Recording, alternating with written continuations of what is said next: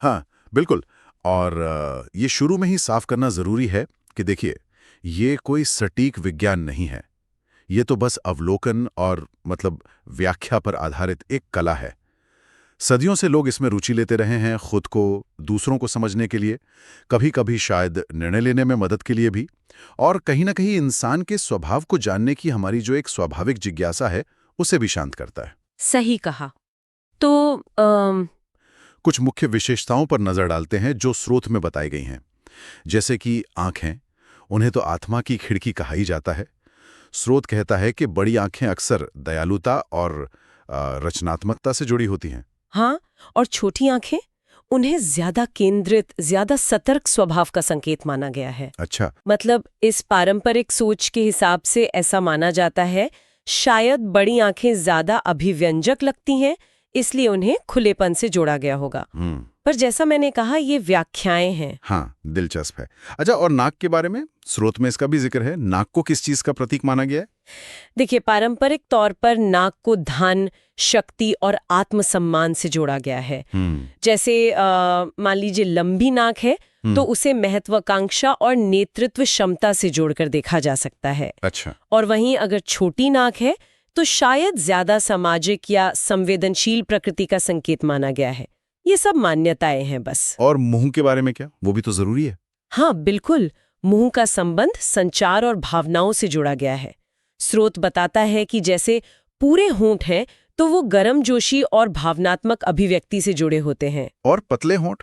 पतले होंठों को शायद ज्यादा आरक्षित या केंद्रित व्यक्तित्व का संकेत माना जा सकता है।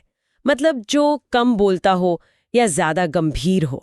जी हाँ, माथे को बुद्धिमत्ता और सोचने की क्षमता से जोड़ा जाता है। जैसे चौड़ा माथा है तो अक्सर उसे बुद्धिमत्ता और रचनात्मकता का प्रतीक माना जाता है जी। और अगर माथा थोड़ा संकरा है तो उसे अधिक व्यवहारिक दृष्टिकोण का संकेत माना जा सकता है। अच्छा, और ठुड्डी?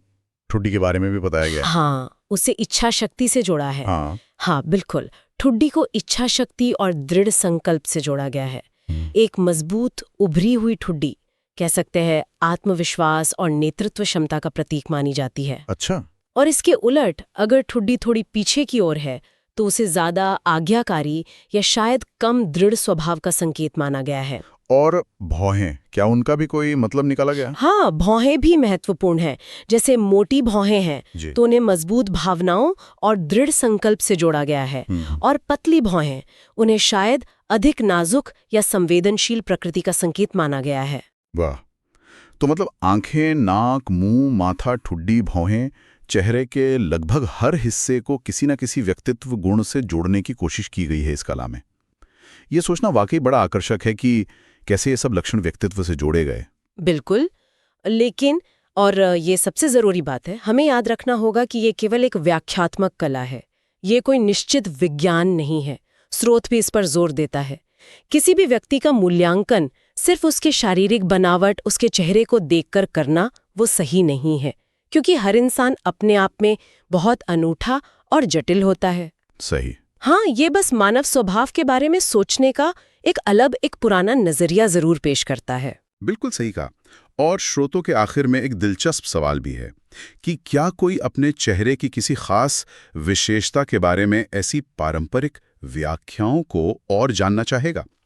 यह हमें सोचने पर मजबूर करता है कि हम खुद को और दूसरों को कैसे देखते हैं, और क्या इन प्राचीन व्याख्याओं में, भले ही वो वैज्ञानिक न हो, फिर भी कोई सच्चाई, कोई मनोवैज्ञानिक पहलू छिपा हो सकता है।